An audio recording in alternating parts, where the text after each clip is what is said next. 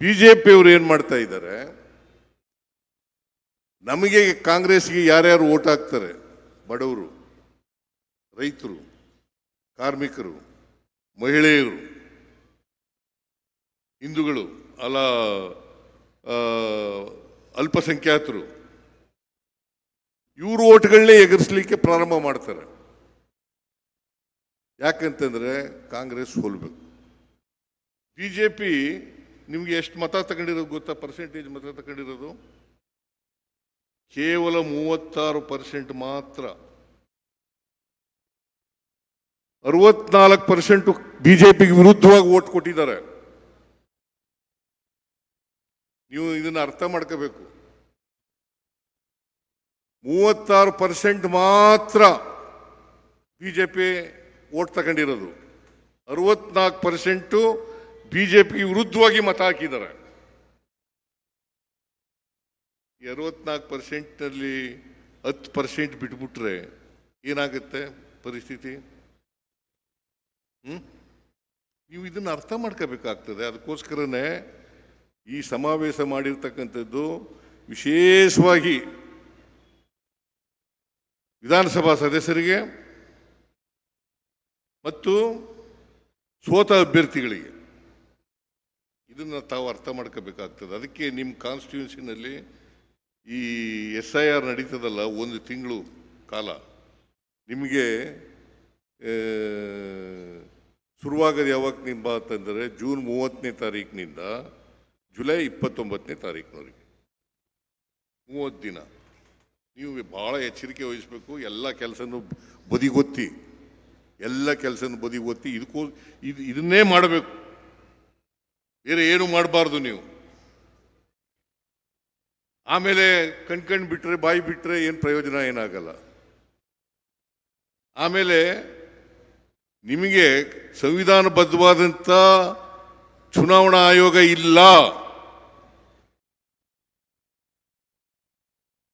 ಬಿಜೆಪಿಯವರು 2019ರಲ್ಲಿ ಎಷ್ಟು ಗೆದ್ದರು ಗೊತ್ತಾ ನಿಮಗೆ?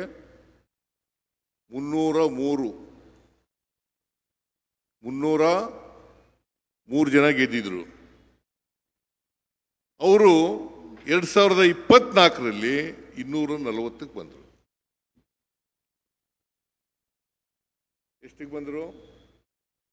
240ಕ್ಕೆ ಬಂದರು. ನೀವು ಇದನ್ನೆಲ್ಲ ಜ್ಞಾಪಕ ಇಟ್ಕೋಬೇಕು.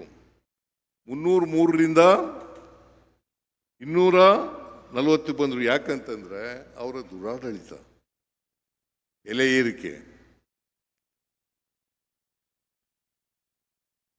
ಏರಿಕೆ, ನಿರುದ್ಯೋಗದ ಸಮಸ್ಯೆ, ಕೊಟ್ಟ ಮಾತಿಗೆ ತಪ್ಪಿಕೊಂಡಿರ್ತಕ್ಕಂಥದ್ದು. ಇದರಿಂದ ಪ್ರತಿ ಚುನಾವಣೆಯಲ್ಲೂ ಕೂಡ ಅವರು ಕಡಿಮೆ ಆಗ್ತಲೇ ಇದ್ದಾರೆ. 2019ರಲ್ಲಿ 303 ಇದ್ದವರು 2024ಕ್ಕೆ 240ಕ್ಕೆ ಬಂದರು. ಸೊ ಅವರು ಯಾವತ್ತೂ ಕೂಡ ಬಹುಮತ ಪಡ್ಕೊಂಡು ಅಧಿಕಾರಕ್ಕೆ ಬಂದಿಲ್ಲ. ಕರ್ನಾಟಕದಲ್ಲೂ ಕೂಡ ಯಾವತ್ತೂ ಬಹುಮತ ಪಡ್ಕೊಂಡು ಬಂದಿಲ್ಲ. 2008 ಇರ್ಬೋದು, 2018 ಇರ್ಬೋದು, ಅಲ್ಲ 19 ಇರ್ಬೋದು, ಯಾವತ್ತೂ ಅವ್ರು ಕಾಂಗ್ರೆಸ್ ಅಧಿಕಾರಕ್ಕೆ ಬಂದೇ ಇಲ್ಲ. ಬಹುಮತ, ಜನರ ಆಶೀರ್ವಾದ ಪಡ್ಕೊಂಡು ಬಹುಮತ ಪಡ್ಕೊಂಡು ಅಧಿಕಾರಕ್ಕೆ ಬಂದಿಲ್ಲ. ಅವರು ಹಿಂಬಾಗಲಿನಿಂದೇ ಬಂದಿರೋರು. ಯಾಕೆ ಅಂತಂದ್ರೆ ಅವರಿಗೆ ಪ್ರಜಾಪ್ರಭುತ್ವದಲ್ಲಿ ನಂಬಿಕೆ ಇಲ್ಲ, ಸಂವಿಧಾನದಲ್ಲಿ ನಂಬಿಕೆ ಇಲ್ಲ. ಬಾಬಾ ಸಾಹೇಬ್ ಅಂಬೇಡ್ಕರ್ ಅವರು ನಮಗೆ ಕೊಟ್ಟಿರ್ತಕ್ಕಂಥ ಸಂವಿಧಾನ ಇದೆಯಲ್ಲ, ಈ ಸಂವಿಧಾನದಲ್ಲಿ ನಂಬಿಕೆ ಇಲ್ಲ.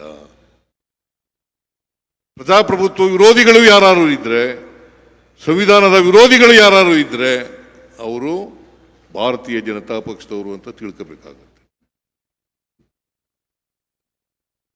ಭಾರತೀಯ ಜನತಾ ಪಕ್ಷದವರು ಅಂತ ತಿಳ್ಕೋಬೇಕಾಗುತ್ತೆ. ಯಾಕಂದ್ರೆ ಅವ್ರಿಗೆ ನಂಬಿಕೆ ಇರ್ತಕ್ಕಂಥದ್ದು,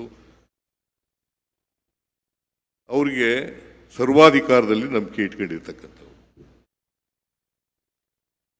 ಸರ್ವಾಧಿಕಾರ ಬೇಕು ಅವರಿಗೆ ದೇಶದಲ್ಲಿ. ಅದಕ್ಕೋಸ್ಕರನೇ ಅವರು ಪ್ರತಿಪಾದನೆ ಮಾಡ್ತಾ ಇರ್ತಕ್ಕಂಥದ್ದು 1 ನೇಷನ್ 1 ಎಲೆಕ್ಷನ್ ಅಂತ ಪ್ರತಿಪಾದನೆ ಮಾಡ್ತಾರೆ. 1 ಎಲೆಕ್ಷನ್ 1 ನೇಷನ್ ಅಂತ ಪ್ರತಿಪಾದನೆ ಮಾಡ್ತಾರೆ. ಅವರು ಮಾಡೋದೆಲ್ಲ ಈಗ ಹಿಂದುತ್ವ ಹೇಳ್ತಾರೆ. ಹಿಂದೂಗಳಲ್ಲಿ ಇವತ್ತು ಶೋಷಣೆ ಮಾಡಿರೋರು ಯಾರು? ಯಾರಿಗೆ ಶೋಷಣೆ ಮಾಡಿದ್ದಾರೆ? ಇವತ್ತು ಜಾತೀಯತೆ ಹುಟ್ಟಾಕ್ದವ್ರು ಯಾರು?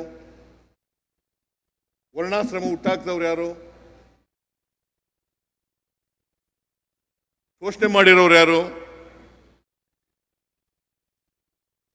ನೂರಾರು ವರ್ಷಗಳ ಕಾಲ ಶೂದ್ರರನ್ನ ಶಿಕ್ಷಣ ವಂಚಿತರನ್ನಾಗಿ ಮಾಡಿದವ್ರು ಯಾರು? ನೀವು ಇದನ್ನ ಅರ್ಥ ಮಾಡ್ಕೋಬೇಕಾಗ್ತದೆ. ಅದಕ್ಕೆ ಬಾಬಾ ಸಾಹೇಬ್ ಅಂಬೇಡ್ಕರ್ ಅವರು ಯಾರಿಗೆ ಇತಿಹಾಸ ಗೊತ್ತಿರಲ್ಲ ಅವ್ರು ಯಾರು ಕೂಡ ಇತಿಹಾಸವನ್ನ ನಿರ್ಮಾಣ ಮಾಡಕ್ ಸಾಧ್ಯ ಇಲ್ಲ ಅಂತ ಹೇಳಿದ್ರು. ನೀವು ಇತಿಹಾಸ ಗೊತ್ತಾಗಬೇಕು. ನಮ್ಮ ಸಾಮಾಜಿಕ ಇತಿಹಾಸ ಪ್ರತಿಯೊಬ್ಬ ವ್ಯಕ್ತಿಗೂ ಕೂಡ ಭಾರತೀಯನಿಗೆ ಗೊತ್ತಾಗಬೇಕು. ಗೊತ್ತಾಗ ಮಾತ್ರ ನಾವು ಅದನ್ನು ಸರಿಪಡಿಸಲಿಕ್ಕೆ ಸಾಧ್ಯ ಆಗ್ತದೆ, ಹೊಸ ಇತಿಹಾಸವನ್ನು ಬರೀಲಿಕ್ಕೆ ಸಾಧ್ಯ ಆಗ್ತದೆ. ಇದನ್ನ ನಾವು ಅರ್ಥ ಮಾಡ್ಕೋಬೇಕಾಗ್ತದೆ. ಇದು ನಮ್ಗೆ ಅರ್ಥ ಆಗದೆ ಹೋದರೆ ನಾವು ಕೂಡ ಜೈ ಜೈ ಅನ್ಕೊಂಡು ಇರ್ಬೇಕಾಗ್ತದೆ. ಈಗ ಶೂದ್ರರು ಬಿಜೆಪಿಯ ಆಮಿಷಗಳಿಗೆ ಒಳಗಾಗ್ತಾರೆ. ಯಾವ ಕಾರಣಕ್ಕೂ ಕೂಡ ಶೂದ್ರರು ಬಿಜೆಪಿ ಜೊತೆ ಹೋಗಲೇಬಾರದು. ಯಾವ ಕಾರಣಕ್ಕೂ ಕೂಡ ಶೂದ್ರರ ವಿರೋಧಿಗಳು ಯಾಕೆ ಈ ದೇಶದಲ್ಲಿ ಸಾಮಾಜಿಕ ನ್ಯಾಯ ಬಂದ್ಬಿಟ್ರೆ, ಎಲ್ರಿಗೂ ಸಮಾನ ಅವಕಾಶಗಳು ಸಿಕ್ಬಿಟ್ರೆ ಶೋಷಣೆ ಮಾಡೋಕ್ಕೆಲ್ಲ ಅವಕಾಶ ಇರ್ತದೆ. ಶೋಷಣೆ ಮಾಡಕ್ಕೆ ಈ ದೇಶದಲ್ಲಿ ಸ್ವಾತಂತ್ರ್ಯ ತಂದುಕೊಟ್ಟವ್ರು ಯಾರು? ಕಾಂಗ್ರೆಸ್ನವರು. ಸ್ವಾತಂತ್ರ್ಯ ಹೋರಾಟದಲ್ಲಿ ಬಿಜೆಪಿಯವರು ಏನಾದರೂ ಭಾಗವಹಿಸಿದ್ರ?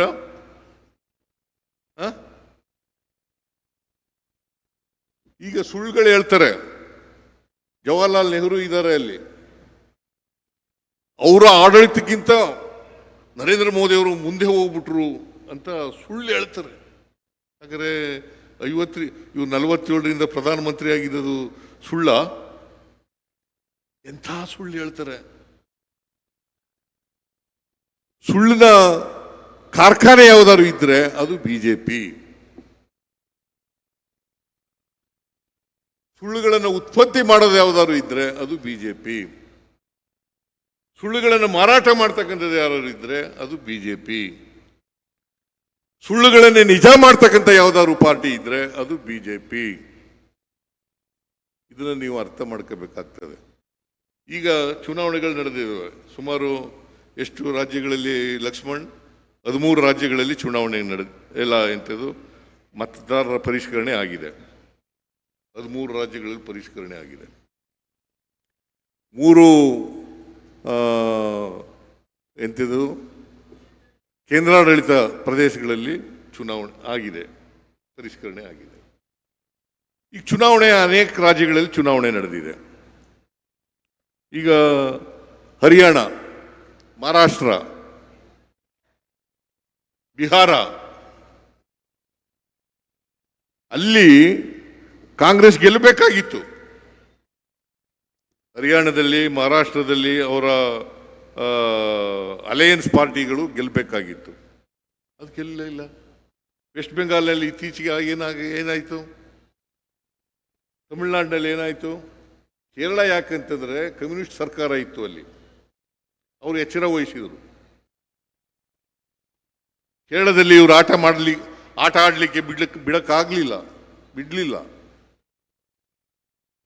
ಇದನ್ನ ನೀವು ಅರ್ಥ ಮಾಡ್ಕೋಬೇಕಾಗ್ತದೆ. ಬಿಜೆಪಿಯವರು ಯಾವತ್ತೂ ಕೂಡ ಅವರಿಗೆ ಈಗ ಕರ್ನಾಟಕದಲ್ಲಿ ಆಪರೇಷನ್ ಕಮಲದಿಂದ ಬಂದಿದ್ದಾರೆ ಹೊರತು ನೇರವಾಗಿ ಜನಗಳಿಂದ ಆಶೀರ್ವಾದ ಪಡ್ಕೊಂಡು ಅಧಿಕಾರಕ್ಕೆ ಬಂದಿದ್ದಾರ? ಯಾವಾಗಲಾರು 2008 ಇರ್ಬೋದು, ಬಂದಿದ್ದಾರ? ಆಗ 110 ಗೆದ್ದದ್ದು ಅವರು.